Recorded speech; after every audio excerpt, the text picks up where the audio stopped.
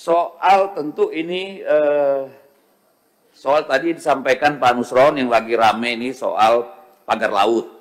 Tadi mau saya tanya, ternyata semua yang sedang diributkan ini tidak satupun di kawasan PSN ya Pak Nusron. Dan kemudian tentu menjadi pertanyaan apakah ini bagian dari siapa? Apakah mafia tanah itu sendiri? Terlepas dari PSN atau tidak? Mungkin Pak Nusron tidak perlu sampai ke sana, tapi saya mau mempertanyakan Pak Nusron.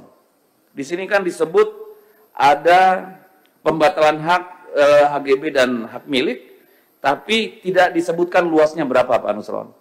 Hanya disebutkan ada 50 total bidang. Tapi berapa luas itu Pak Menteri? Ya, kita pengen tahu itu berapa luas. Kemudian, dulu pertemuan pertama kita Pak Menteri, saya mengatakan bahwa tidak akan ada mungkin mafia tanah, tidak akan ada konflik kalau tidak ada keterlibatan insan BPN. Dan hari ini kan itu terbukti. Ya. Tetapi yang menjadi pertanyaan saya, ini kenapa sanksi berat? Apakah ini persoalan administrasi atau persoalan pembegalan hukum, Pak? Tidak ada mens rea di sini untuk keuntungan pribadi atau kejahatan hukum. Kalau hanya sanksi berat, Pak, ini akan berulang terus di mana-mana, Pak. Kalau hanya inspektorat yang turun, tidak akan ada yang namanya efek jerah. Ya paling sanksi berat, di kantong gua udah 30 miliar. Kalau gua makan gaji berapa tahun sampai pensiun nggak dapat 30 miliar. Begitu-gitu aja kita, Pak. Saya kira tidak cukup hanya sanksi berat. Harus proses hukum. Karena ini kejahatan. Bukan malpraktek yang hanya berkonsekuensi sanksi. Ini saya kira perlu menjadi perhatian, Pak. Ya, termasuk yang di Surabaya dan sebagainya itu, termasuk yang Bekasi tadi. Kalau nggak bisa dibatalin, Pak, itu yang menerbitkan sertifikatnya, proses hukum dulu, Pak. Sehingga bisa dibatalkan bahwa itu produk cacat hukum. Jangan nunggu fatwa dari kejaksaan, Pak. Duit mereka lebih banyak, Pak. Saya minta, mohon, ya udah proses hukum, Pak. Sehingga bisa dibatalkan itu. Karena soal ruang abu-abu aturan kita ini, Pak, sangat mudah dimanipulasi, Pak. Semua ada bohirnya, mau bikin PP, mau bikin perpres, mau bikin apa. Semua bisa-bisa aja. Jadi saya sangat berharap penegakan hukum di sini, Pak, supaya ada efek jerah, Pak Nusron. Supaya Bapak bisa memulai, ya, memimpin ATR BPN ini dengan legacy, Pak. Pembersihan di dalam, Pak. Narasi penegakan hukum itu harus sangat kuat. Sehingga semua yang ada di layar ini sekarang, semua punya rasa takut, Pak.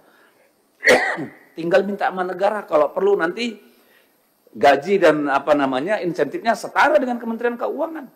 Kenapa tidak? Di luar itu jangan coba-coba gitu loh, Pak. Karena tanah adalah kehidupan. Kalau dimain-mainin, Pak, orang siap mati, Pak. Apa belum banyak bukti konflik tanah nyawa meregang? Masa kita harus hadapkan polisi sama rakyat terus? Hanya gara-gara soal pertanahan. Di baliknya ada orang-orang serakah.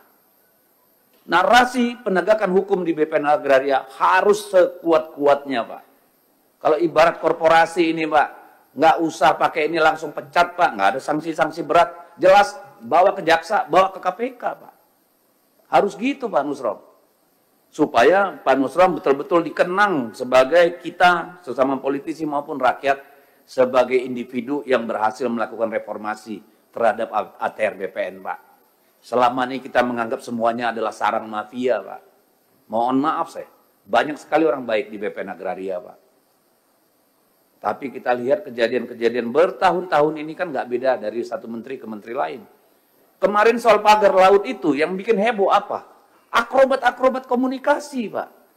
Ada yang ngaku bekas tambak, bekas abrasi. Ada yang tiba-tiba dicabut, ada yang nggak setuju dicabut. Ada yang ngaku ini, ngaku itu, akrobat, Pak. Itu yang membuat heboh ya mereka-mereka, bukan rakyat. Jadi dalam soal pagar laut ini pun, Pak, ya, kami berharap penegakan hukum. Ini jangan hanya orang agrarianya yang kena, Pak. Yang bikin sertifikatnya kok lolos. Bersama-sama melakukan kejahatan kok. Mana mereka-mereka itu? Jangan kesalahan ini ditimpakan hanya kepada BPN Agraria, ATR Pak Nusron.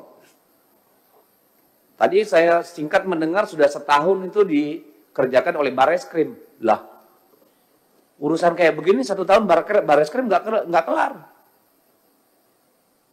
Kan gila itu. Apa kita harus ganti Bareskrimnya? Kan ini persoalan kalau begini. Inilah realita pahit di lapangan, Pak. Semua bisa dibengkok-bengkokin. Hanya rakyat yang nggak mampu, Pak. Mereka hanya mampu diseret, dipukul ketika tanahnya mau diambil. Kalau bukan kita, lalu siapa yang bela mereka? Saya kira harus kuat, Pak Nusron, narasi penegakan hukum dalam urusan-urusan ini. Terima kasih, Pak Nusron. Mohon maaf kalau kurang berkenan semua. Terima kasih. Terima kasih, Bang Deddy Perjuangan. For more update, subscribe to our channel, click the show link and the join watching then videos.